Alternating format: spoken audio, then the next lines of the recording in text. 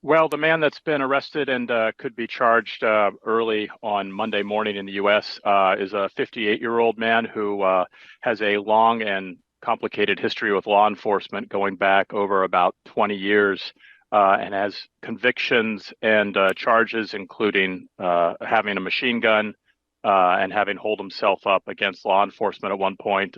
There's a hit and run charge on his record. He has more recently been involved in trying to recruit people, foreign fighters, to go to Ukraine.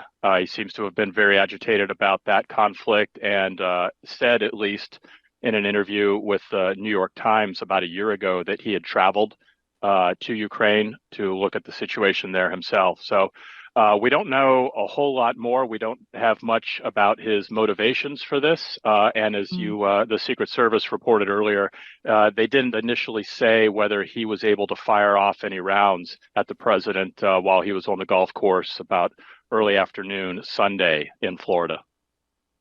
Okay, well, that's quite a bit of information. I mean, in terms of the investigation into Trump's security, though, that took place after the shooting in Pennsylvania, that's not very long ago, are there again similar questions, or are there another set of questions this time round? Well, there's certainly going to be an investigation into how this individual was able to get to the perimeter of the golf course, where he purchased the weapons, things like that.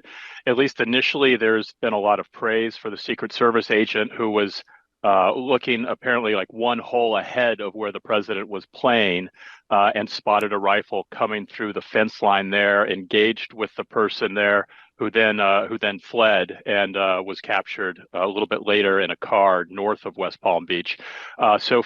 Not as many questions about the safety, about that perimeter. We know security was beefed up in the wake of that last assassination attempt, but there will be a separate investigation into what happened here and whether there was more that could have been done to prevent it.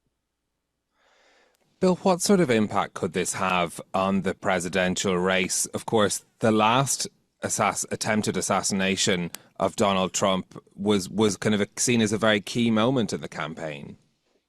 It really was. It came about a week or so after that debate that Trump had with Biden.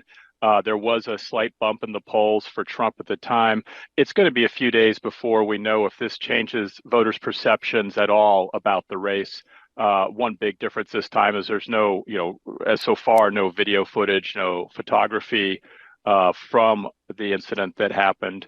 But the big, almost political opportunity it offers Donald Trump is the chance to shift away from what has been the discussion about relatively poor debate performance a week ago, and the real focus on his comments about whether immigrants have been eating people's pets or not. That has really kind of dominated the discussion. It was even ahead of this assassination attempt on Sunday, what his vice presidential candidate, J.D. Vance, was talking about on the morning talk shows. This gives Republicans a fresh page. They can kind of make a turn here and focus on things like the economy and other issues where the president is seen as standing on stronger ground.